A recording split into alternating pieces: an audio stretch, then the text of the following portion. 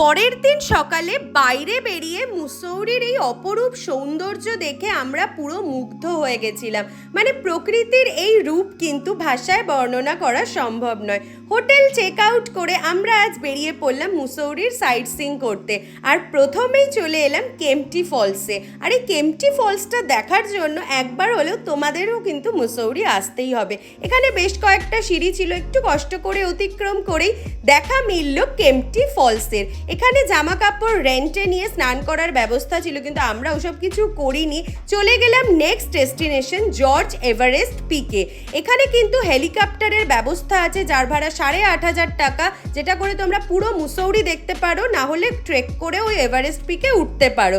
আমরা এসব কিছুই করিনি, চলে গেলাম জীবনের প্রথম হিল রুফটপ ক্যাফেতে লাঞ্চের এক্সপিরিয়েন্স করতে। আর আজই আমাদের ছিল দেরাদুন থেকে সন্ধ্যা 7:30টার বাসে করে দিল্লি ফেরা। দেখা হবে